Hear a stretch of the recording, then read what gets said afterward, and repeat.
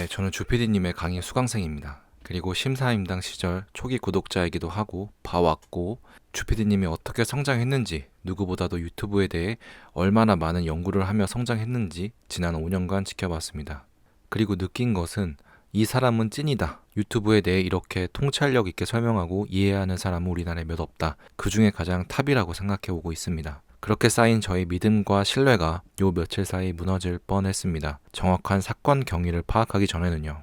현재 논란이 되고 있는 우주고양이 김춘사님의 콘텐츠, 유튜브 썸네일, 제목 카피, 내용 복붙에 관한 내용입니다. 리뷰영이와 주PD 사이에는 우주고양이 김춘삼이 있습니다. 이 김춘삼은 주PD의 유튜브 제작 100강의, 저와 같은 초기 수강생이고 라이브 강의도 같이 들었습니다. 라이브 강의 녹화본인데요. 여기서 가르치는 사람은 주PD죠. 현재 리뷰영이와 주PD 사이에는 이렇게 김춘삼이 있습니다. 리뷰영이 측 내용입니다. 제목과 썸네일을 카피했다. 내용을 복붙했다. 김춘삼은 제목과 썸네일을 카피했다. 내용을 복붙했다. 주PD는 제목과 썸네일을 카피해라. 내용을 복붙해라. 여기서 다른 점은 주PD 강의에는 내용을 복붙해라 라고 하지 않았습니다. 본질의 힘을 아는 것이죠. 썸네일 제작하는 강의만 6개가 넘습니다. 시간으로는 정말 몇 시간이 걸리죠. 거기서도 얘기합니다. 결국 내용이 중요하다고요. 그 내용은 원고의 힘입니다. 리뷰영이님이 썸네일 제목으로 떴을까요? 아니면 썸네일만으로 100만 유튜버가 됐을까요? 아니요. 그분은 자신만의 원고가 있고 그 원고를 만들기 위해서 수많은 연구와 자료 조사를 했을 겁니다.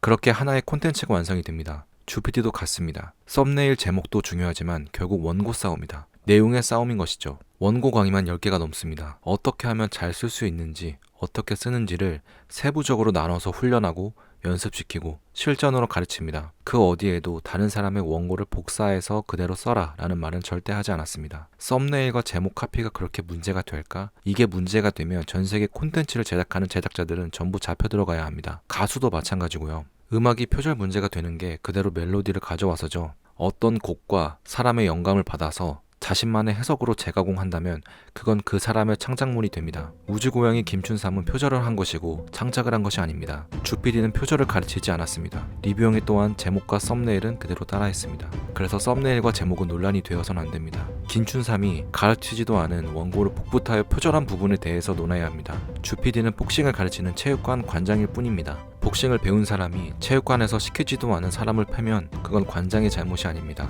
제 생각은 틀리지 않았다고 생각합니다. 지금까지 그렇게 살아왔고 저의 감을 믿고 내가 믿는 사람들을 따르며 앞으로도 그렇게 살아갈 것입니다. 저는 정말 괜찮은 사람들만 따르거든요. 주PD는 유튜브 바닥부터 올라온 사람이며 개인적으로 운영했던 망한 채널이 수도 없이 많고 유튜브 콘텐츠계에서 치열하게 경쟁하여 살아남은 사람입니다. 그 유튜브 야생에서 얻은 살아남는 법을 이제 막 야생에 처음 온 사람들에게, 저같이 오랫동안 해도 성과가 약한 사람들에게 다시 한번 도전할 수 있는 인생의 희망까지 준 사람입니다. 그렇게 누군가에게 희망을 준 사람인데 어떻게 믿음과 신뢰가 한순간에 무너질 수 있을까요? 저 또한 영상업을 하고 있기 때문에 미디어가 가진 힘을 알고 있습니다. 한 사람을 살릴 수도 죽일 수도 있다는 사실을요. 얼마 전 진용진과 업소녀의 사건을 아실 겁니다. 업소녀 측의 악의적인 편집으로 인해서 머니게임이라는 콘텐츠가 세상에 나오지 못하고 전국지인이 없었다면 진용진이 그대로 사라질 뻔했죠. 저는 제가 믿는 사람을 지키고 싶습니다. 사라지게 하고 싶지 않았습니다. 이 사람의 콘텐츠를 계속 봐야 하기 때문이죠. 그래서 주PD 입장에 서기로 했습니다. 전국지인이 진용진을 위해 그랬던 것처럼요.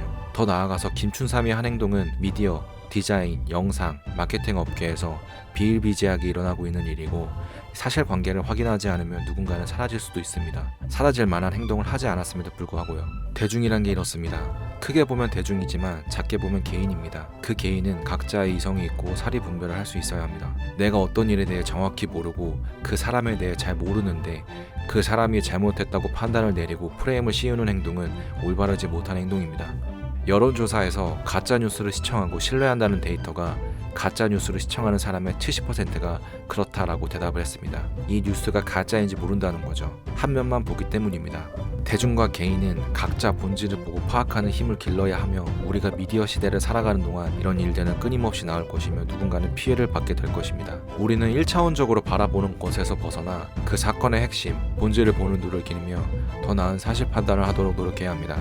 그 노력을 하느냐 마느냐는 결국 자신에 따라 달렸습니다. 범죄자에 대한 판사의 판결은 욕하면서 자신의 판결은 왜 이렇게 관대한 것일까요? 누군가를 범죄자로 만들었음에도요.